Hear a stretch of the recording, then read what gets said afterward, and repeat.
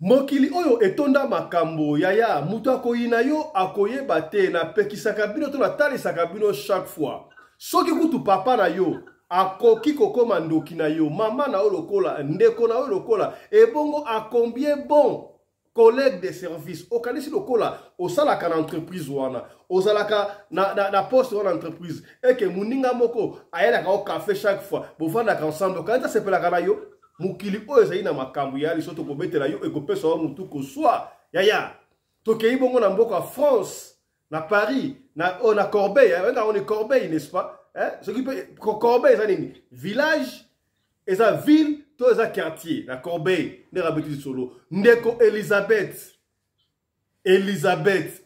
apesi so papa fiston beta lisolo na ngai nazali congolaise ya Brazzaville papa fiston collègue de service na ngai azali mokonzi na ngai naza femme de chambre na hôtel moko songolo na Corbeil awa na Paris atindelanga banzoi papa fiston banzoi na butu na 0h baya koswa ngai pona na kufa nyoso wana pona kaka to discutaki na musala pona kaka na aza supérieur na informaki ete ke na koya retard na informaki na hôtel epesi mutu koswa elekaki ndenge nini oyebaki ke banzoi wana ye mutu atindeli yango pa fiston ngai komo na ngai Elisabeth beta lisolo na ngai pona ote ya bato msupo mukili oyo ezali mawa mingi. Voilà. Bakinois baleli bakinois bapesi pétition balobi il faut gouverneur à ville ya Kinshasa batala makambo na ye parce que tozomona lokola gouverneur ya ville ya Kinshasa c'est comme si azali kokoka makambo te. Alors bakinois balobi yango pétition. Est-ce que gouverneur il faut continuer kozala to il faut longa po degré ya salité et commis na ville province ya Kinshasa ndimelanga yaya et commis passe ya kosakana te typhoïde passe typhoïde kotoyo donc solo bato eko kufa ezaka rapona nzala te bozo kolia bien te et puis environnement au vandi ezali malamu te nyoso wana bato eko kufa yango na émission oyo tokolana tokoyamba expert ya salubrité ndeko ko expliquer biso boni ba salité to ville province ya Kinshasa et koki kolata kazaka ya solo ezonge la kazaka na yango ya Kin Label de l'époque tokoyamba na émission oyo Tata Mbemba ngana benga kaye Jack Bower die amikili en poto atangi salubrité atangi poubelle batangi siye boni ville eko kosala propre tokoyamba kaka na émission oyo soki to na tato ko benga bongo fils mukoko a ko expliquer biso musala bali ko sa ezali musala nini est-ce que ausala ngo comme c'est doit pour la Kinshasa wana ekoma propre. Voilà.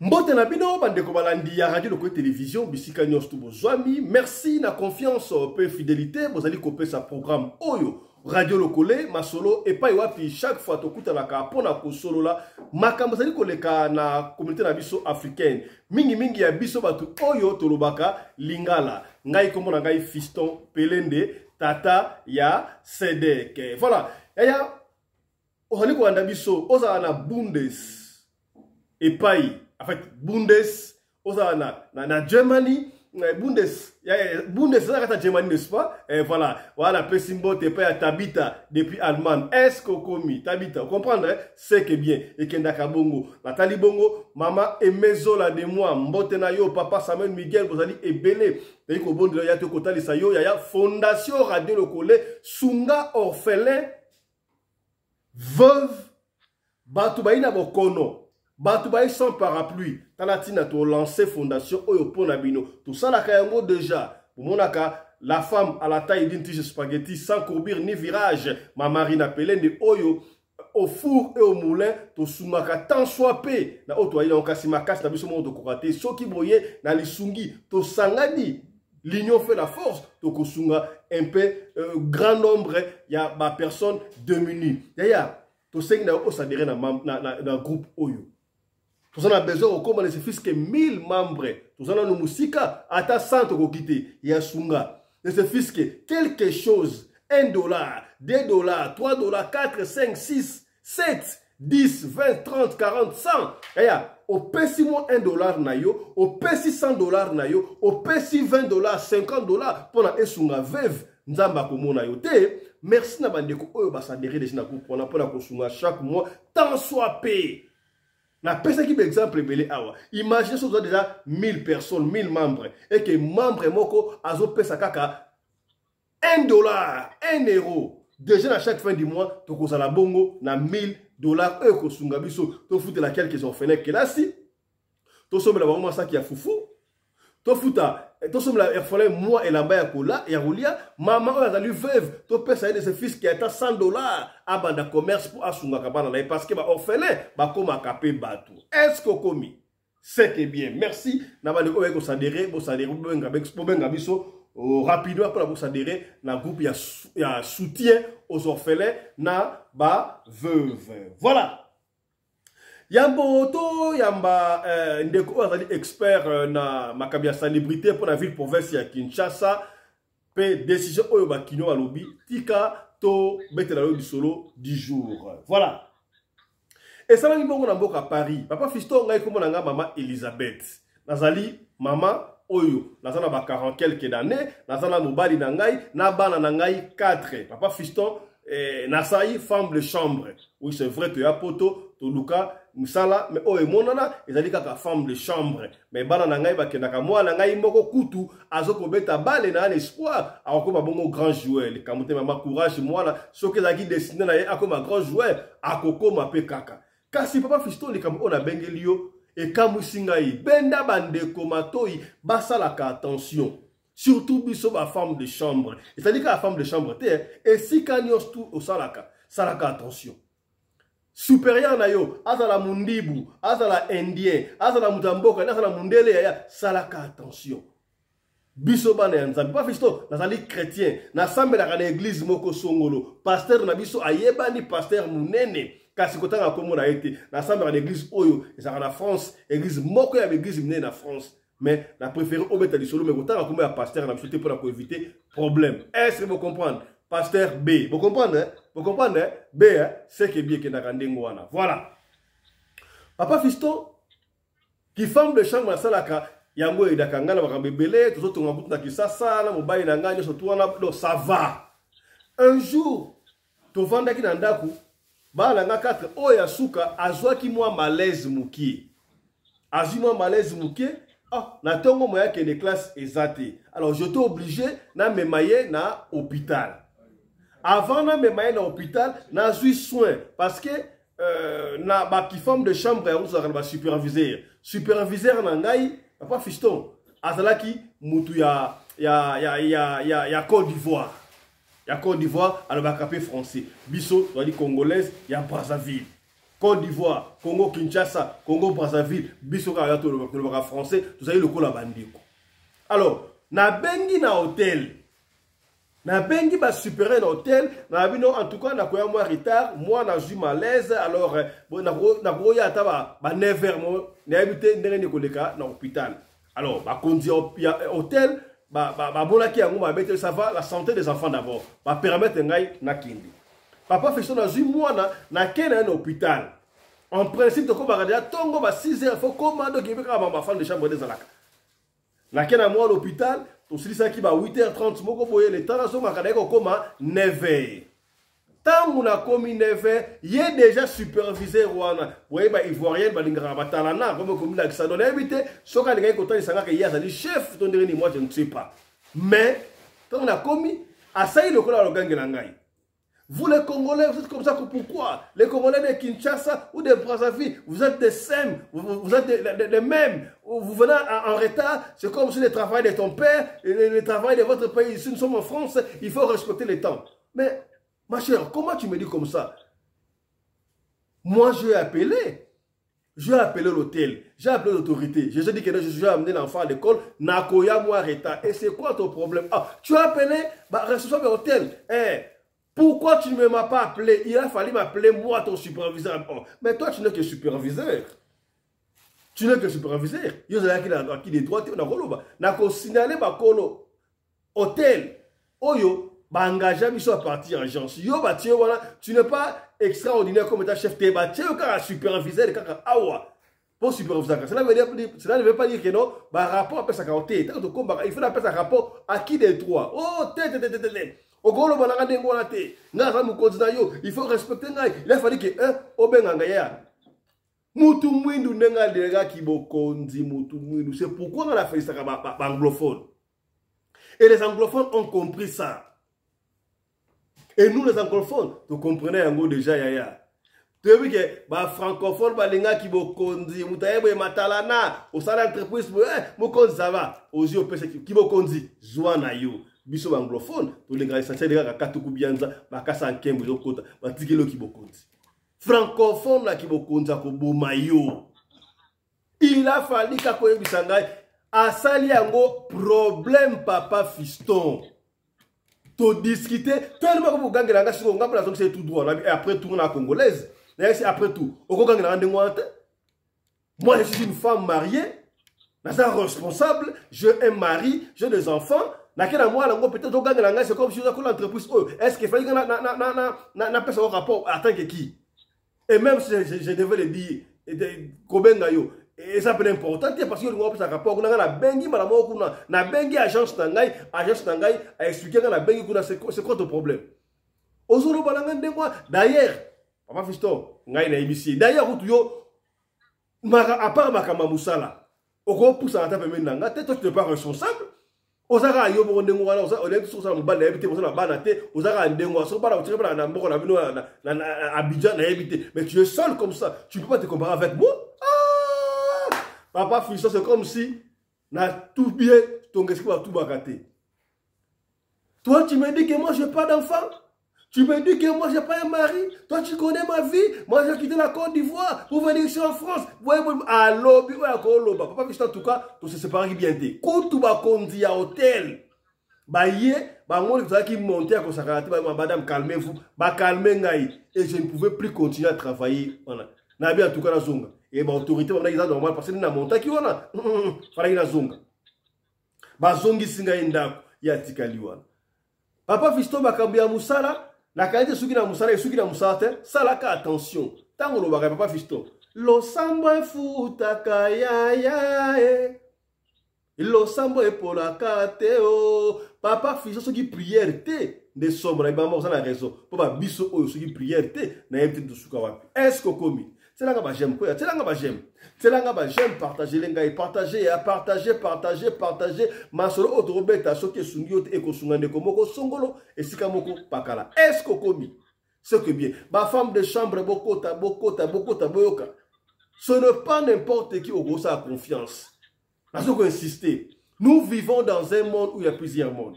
Tant qu'on a zongi avant, papa n'a zonga quitté. Papa tanga ko so papa songa ba 16h 17h. Papa tanga zongi na beteli papa li solo.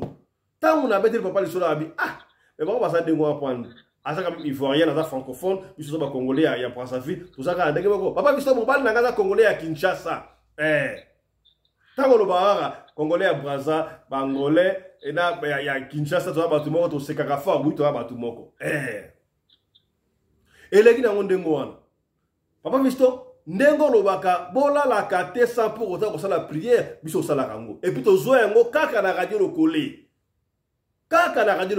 en tout cas papa Fiston continue soko emi musala o salaka yomogo oyeba grandeur na ngote to banda ko sambela ta fato lala banda to comme la radio le coller ngai kutu butala sa radio coller mobile na ngai abiyoka yoka tata pelende tata penda lo bagani ko lala te sans pour autant osambelaka et ça la kitoko osambela en famille Maman, papa, na bana bosambeli, bana bake kolala. Papa Fiston, to sali prière na 20h wana, bana bake kolala. Nga tsikele mo mukena papa, mo mukie Cecilia to koute na chambre, to van na biso bali kosola. Ti pongi pe, esa de kolo yiba biso boye, na ba 0 heure papa Fiston. Na ba 0 heure. Avant coup de 0 heure koka. Match ba de ko beta. Papa mi na salon, ayota la match. Napela na landi papa na salon to bandi kota la match ngala zo nimba na ngamba efaya na ngapi na papa to vandi wana to mona kaka papa Fiston ndeba na anglais from Norway ba fenêtre ya kukanga nyoso kanga to mona papa Fiston tala banzoi ba boko ta ba 200 ba 300 et si ka ba côté là qui on ne sait pas banzoi ba yeka wuuki lokola ba kwela biso na salo banzoi batondi papa Fiston na kima na kota na chambre Na côté na chambre siko papa l'état qui na cuisine abadozo abunda na banzoi nzo essaie de coller so papa zo bête papa ya côté à forcer à côté na chambre pas fisto balingi ba côté na couloir mais le cola ça on a vu ça à la porte ouais côté na couloir papa côté à forcer à kangi porte ya couloir banzoi batike na salon banzoyo qu'est-ce qui ne va pas banzoi ba mystique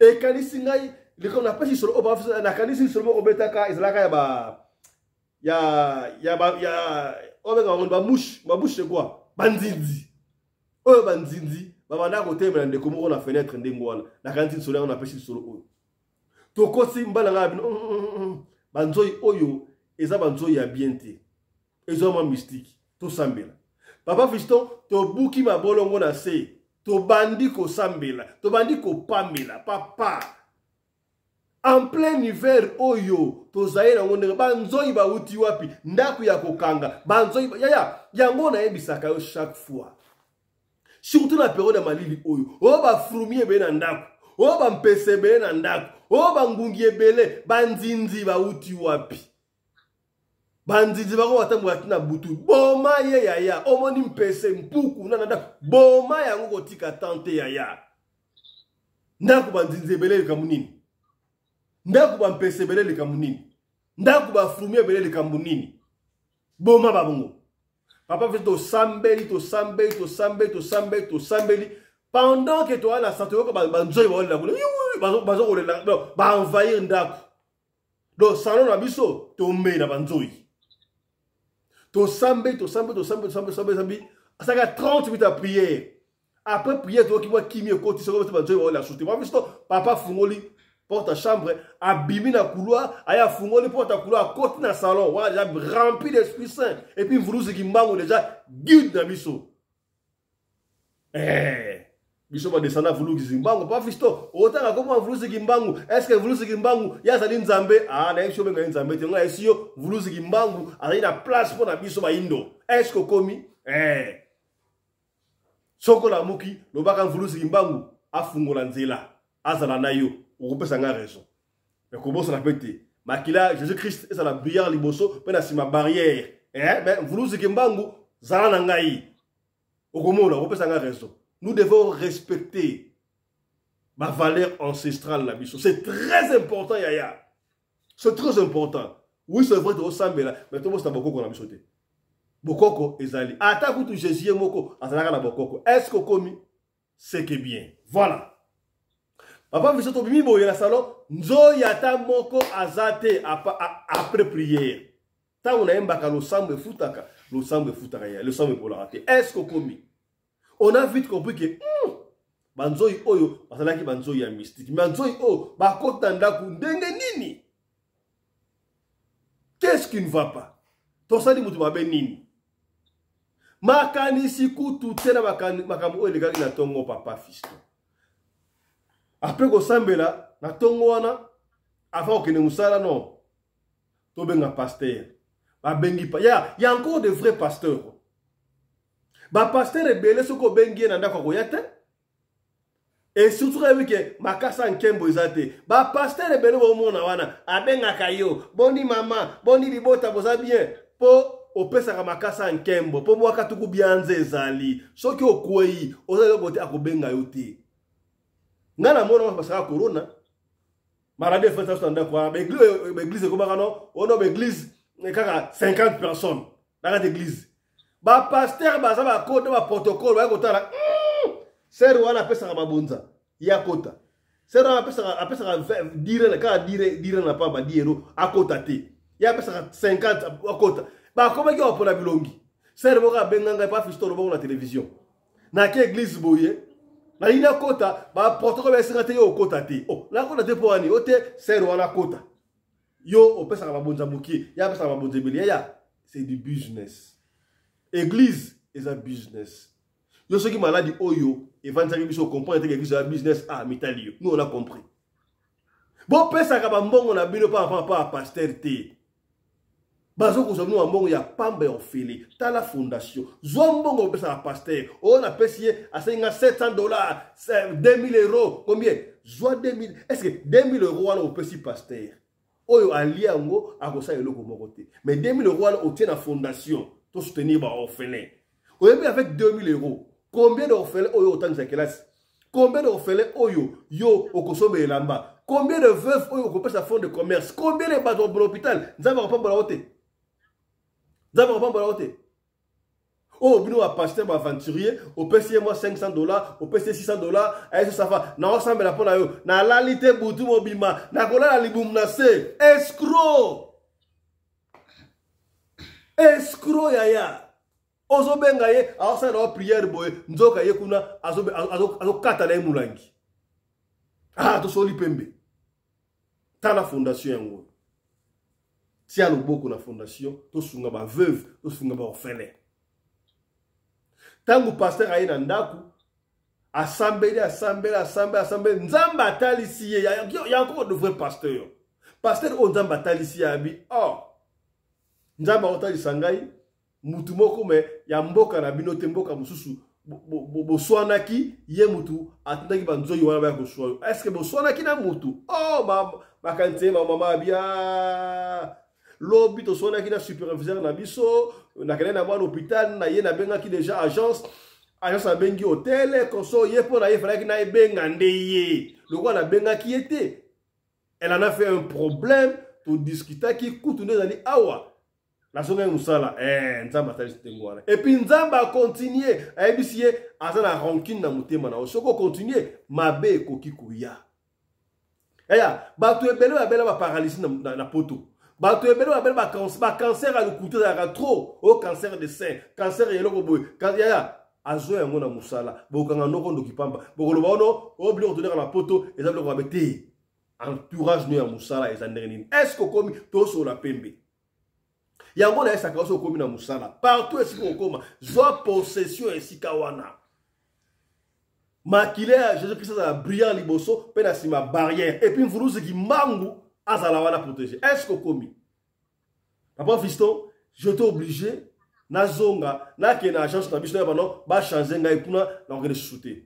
Et heureusement, na ça déjà na expérience, na ça na ba benga ngoni.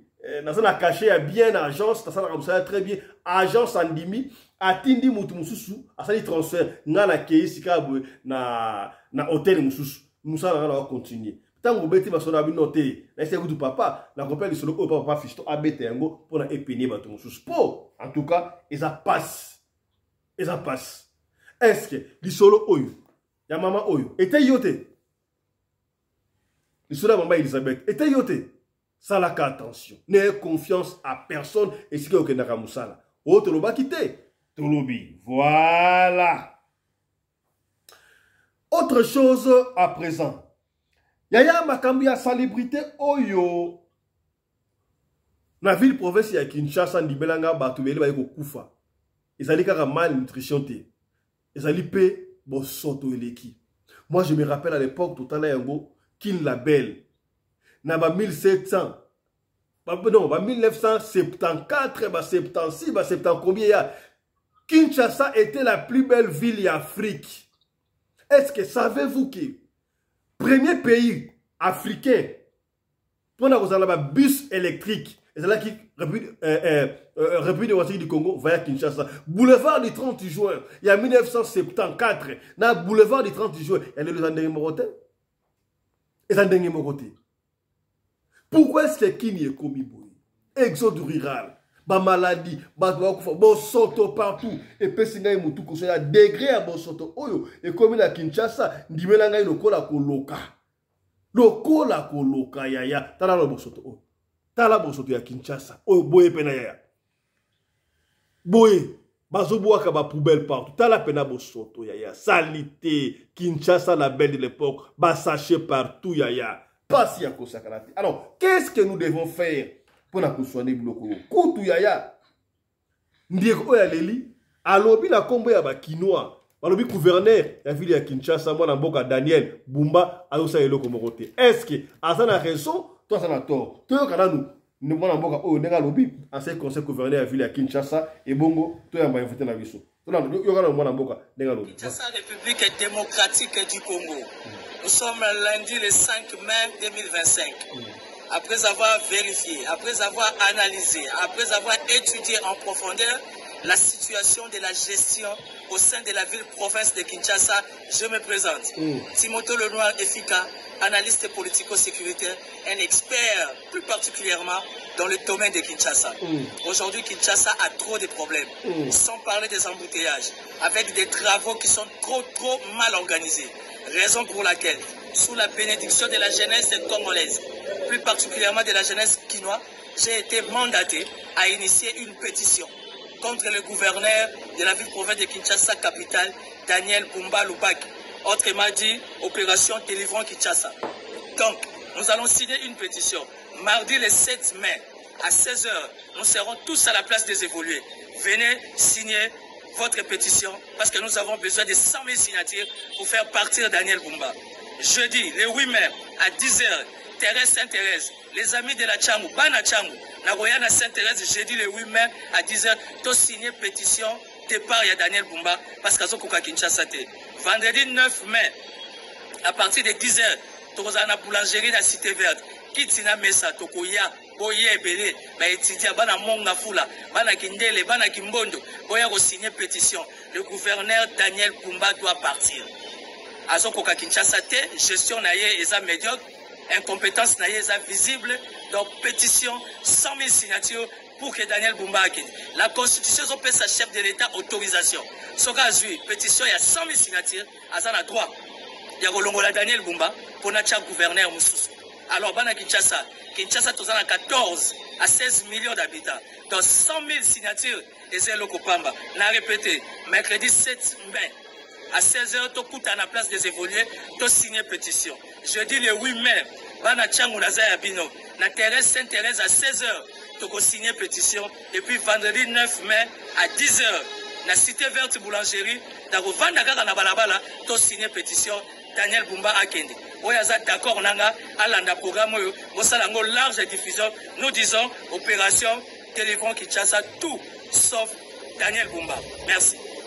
Voilà. Na cadre oyo ya opération délivrant Kinshasa. Boyo kimona mboka Timothée Lenoir ndenge a se prononcer pour na musala oyo Daniel Bumba a dit que ça la gouverneur ya ville ya Kinshasa kin est commis plus que la poubelle. Degré salité comme na Kinshasa ndimelangai ngana mutunaka. Est-ce que Kinshasa oyo ekozonga lisusu Kinshasa la belle ndenge zaraki batifoi di kotoyo malaria kotoyo ya ebite tokosuka ndenge tala degré ya Kinshasa ndenge komi salité ya marque oyo ya tayo moko tala salité ya Kinshasa epesinga imutuko soya ya tala salité ya Kinshasa yango na cadre il y a Radio Lokole, il y a encore une possibilité que Kinezonga, Kin Label, donc qu'on soit expert pour Nabino, Tata Mbemba, Ye, Azalakabongo na Allemagne, na Bundes, et pas wapi, à Tangi Poubelle, à Makambo à Salébouté, à quoi ça me dit salité, Oyo, et Kosila, tu es Kosila. Tata Mbemba, Mbote Nayo. Mbote Tata Mpelende. Na pesipe mbote na ba landi nyonso tu ya Radio Lokole na ba fanatique nyonso tu.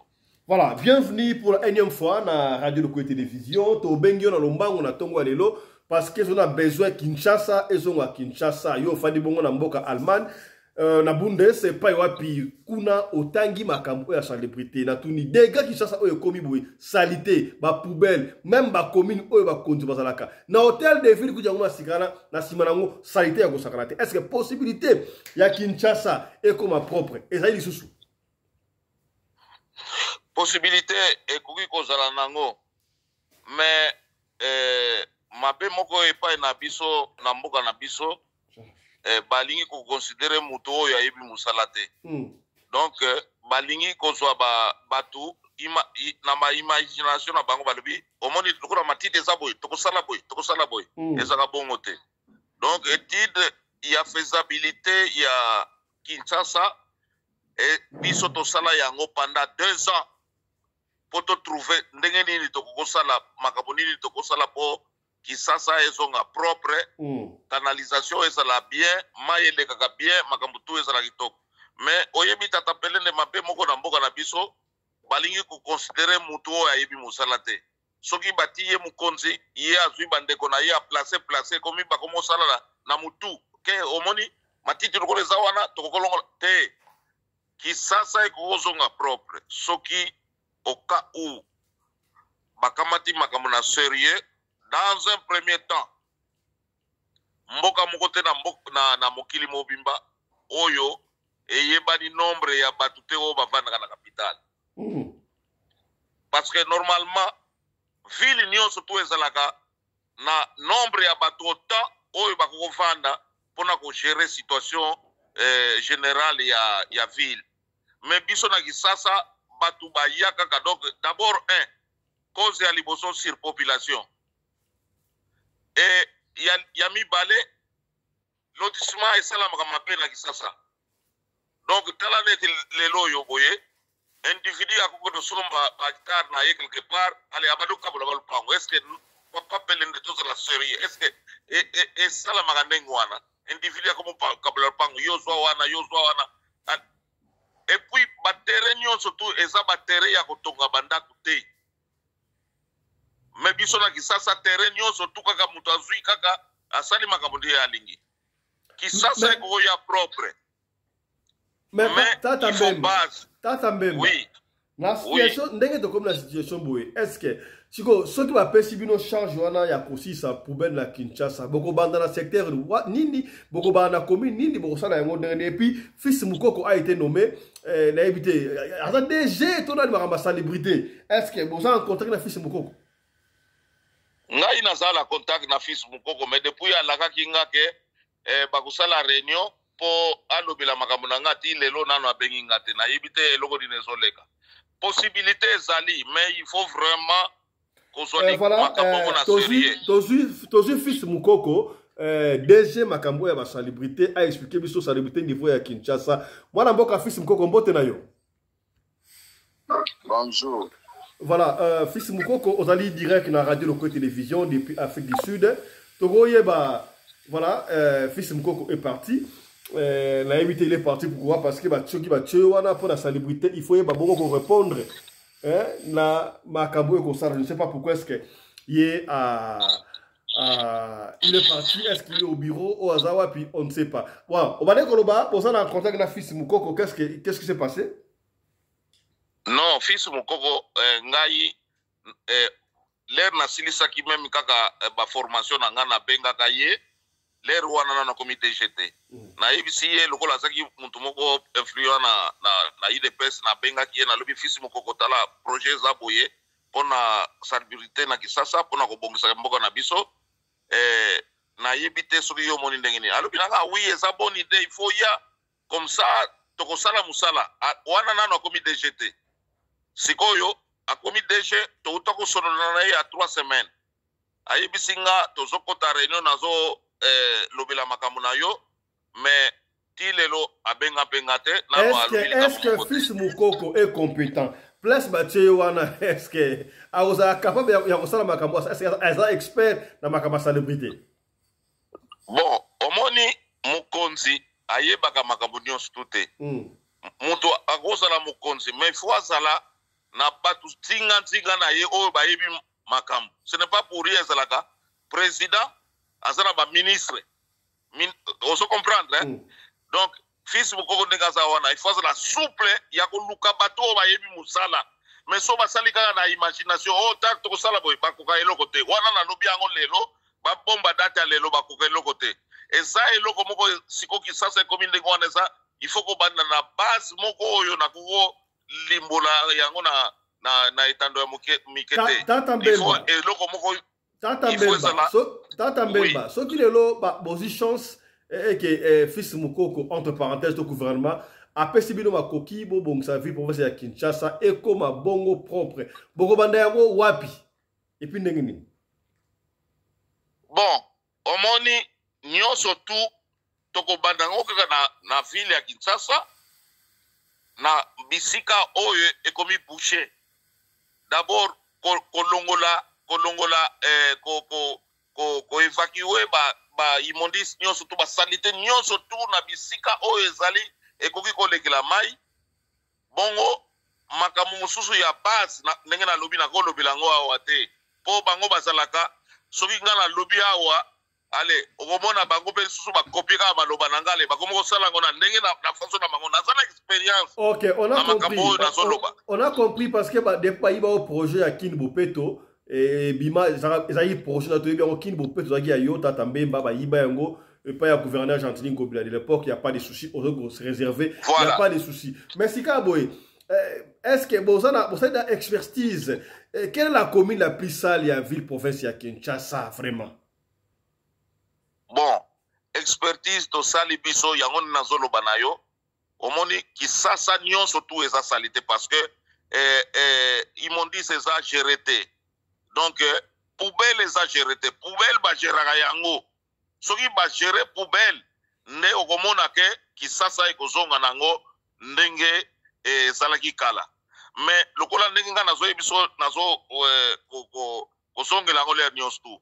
Omoni mabe ya bakonzi na biso na mboka na biso balingi ko considérer mutu ayebi musala te croyant que soki mutu wana ye wana akobotola eposte ezaka bongo te. Donc mu continue surtout fois la vraiment ndenge na kopesa conseil na fils mukoko il faut azala na ba génie, c'est-à-dire que bato ba yekoli musala poubelle po oyebi batu mingi même biso leto banako sala formation en Allemagne bande ko mingi ya ba congolais ya ba noir bazako seka balobi yepe so ko bina makamba poubelle. Or que poubelle ezali d'abord eloko moko oyo ezopesa santé na mboka soki bo ba gérer poubelle bien bikono nyonso tu ba maladi nyonso tu mingi ekolongwa na kati ya Kinshasa. Et puis Kinshasa eza wana il faut yebana nombre ya batu boni bazana Kinshasa. Donc place wana les sous eza problème. Si population wana ya Kinshasa et puis batu bazana éducation te comment il faut bakotambola comment est-ce que bako gérer ba makambo ya bosoto batuna mituna bango bazango te. Donc yango na lobi ke il faut ko bandela nanu na base soki to bandi na base l'air de ko tombra likolo parce que ngai naza déjà na groupe na sina sali bato gazon ya kusala par exemple ba stade municipal baza déjà naza na bango bato ya kusala neti ba rond-point oyo ba fleur baza déjà. Alors ngamoko naza côté à poubelle donc so groupe na ngawana ba suivi son sérieux to yena Kisasa to sali vraiment protégé considéré ngai na ko pesa dans 8 mois Kisasa ekozwa rythme sous. Donc vous voulez dire que to sekara ceux qui va pesibino chance wana dans une année Kinshasa ekozonga Kinshasa la belle de l'époque. Et zongi pensa à condition gouvernement alanda ba conseil auto ko pesa ba instruction te mais ba conseil. Voilà, Tata Mbemba pesa biso numéro no rapidement ba contacter yo. Numéro nanga ezali plus 49 163 865 13 08 na bandela plus 49 163 865 13 08. Merci beaucoup Tata Mbemba. Voilà, je rappelle ici que ça c'était Tata Mbemba, Jack Power, il y a expert na poubelle, atangi ya gona mikili en poto, batu baike, ba congolais, ba na besoin ya kobongisa Kinshasa, ezong ela ta kazaka na yango ya kala, ezong la kazaka na yango ya kala, okomi na Kinshasa, au moins oui c'est la capitale, et ça possible ndenge lobi wana. Donc dans une année, ceux qui bâti ba battre en marche. Alors, émission auto-partagée. Tata Pelende, excusez-moi. Allez-y. Oyebi, makambo lobaki ke ba détournant projet nanga ya Kini Bopeto wana. Mais, pour nous rappeler que public et puis population na biso. Ezaka kakutu makambo poubelle kakate makambo Kini Bopeto te. Même ba passerelle au monaka na boulevard. Et ça qui projet yangai mutu na banda yango et puis gouvernement wana na l'air wana apesinga val po na banda misala allez matata ponyo abotolinga projet wana donc na sana deux projets babotolanga wana vis-à-vis na zolo bango mais likambo nyonso tu natikila na nzambe nzambe alandelanga batu wana po bayeba ke kobotolaka mayele ya mutu epuis nga na bebisa bambongo ebele mpona baprojet wana baétude de faisabilité esalama mbongo nyonso to na bebisa mutu moko kutu alobelanga ngo teke no tika tozongisela ye ubie basocie ngai basocie nga te yango wana. Voilà, je crois le message est passé. Tatambemba, perso sur le numéro nayo plus 49 163 865 1308 plus 49 163 865 1308. Voilà, avant de finir, je vais dire quelque chose. Il y a un moment de comportement au fils à afficher awa. Bandimba bengaye, maintenant on benga en direct. Si kawe à casser téléphone. Moi je me demande, pour la nini ba congolais tout ça la oui, c'est ming ba francophone, ba anglophone ba makambote. Quand on a posté, on a normal. Tant où on a normal, ozo kosoala batu. Ozo soala batu. Ceux qui ont la sali boy et kozala boy. Ceux qui ont la sali boy ça mais ceux qui va pesio qui vont condiater à l'inzaka awa. Pour un téléphone et comme il passe. To bon ça voter wan. Bo ali ko so so pamba pour aussi ma poste. Passe ya ko sakalati. To ceux qui a pona mokolo ya lelo deuxième session na biso to kutani lobby to pena pourquoi pona troisième session so kita et ko ça so ta to kutani lobby.